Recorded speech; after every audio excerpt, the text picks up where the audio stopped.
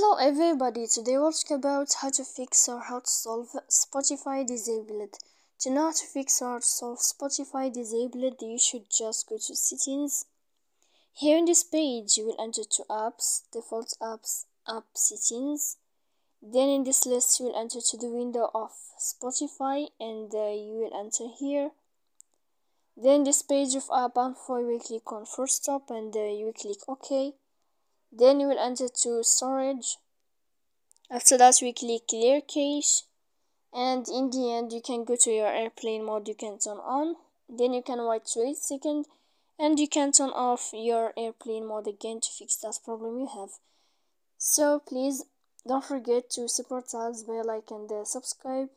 See you next time in another video, and thank you for your attention and your watching.